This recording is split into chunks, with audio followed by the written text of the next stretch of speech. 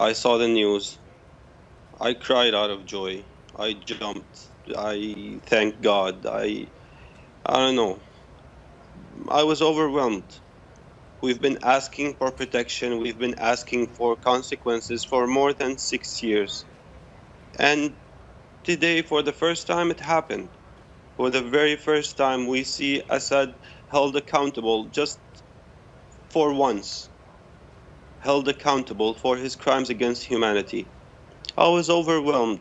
I felt grateful for President Trump. I felt grateful for the United States. I felt grateful for each and every person who lobbied and called and uh, kept on talking until someone actually listened. There are people in America, and I hear you supportive of President Trump, and so many people are, Democrats and Republicans, but there are also people over here in America who are saying, all right, so clearly President Trump is motivated by just, as we all have compassion for these just horrible images of these babies who were killed, but at the same time, this is a man who doesn't want Syrians to come into this country with this refugee ban. I want to just play some sound.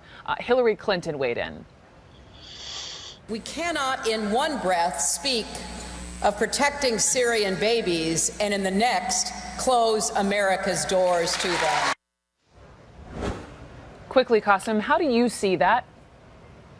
With all due respect, I didn't see each and every person who was demonstrating after the travel ban. I didn't see you 3 days ago when people were gassed to death, when civilians were gassed to death. I didn't see you in 2013 when 1,400 people were gassed to death. I didn't see you raising your voice against President Obama's inaction in Syria that led us refugees, that made us refugees get kicked out of Syria.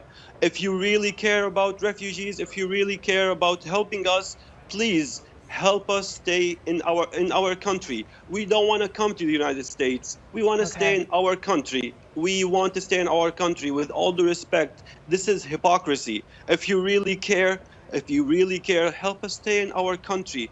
We don't want to become refugees. We want to stay in our country. Help us establish safe zones. Help us stay safe in our country. And if you just give me a few seconds just to tell President Trump once again, please, sir, what you did was amazing. What you did was a powerful message of hope for a lot of people inside and outside of Syria. Please don't stop on this. Please help Syrians stay in their country. Please establish safe zones. Please take out Assad air forces so they won't be able to commit more atrocities using traditional weapons. 500,000 people were killed with traditional weapons.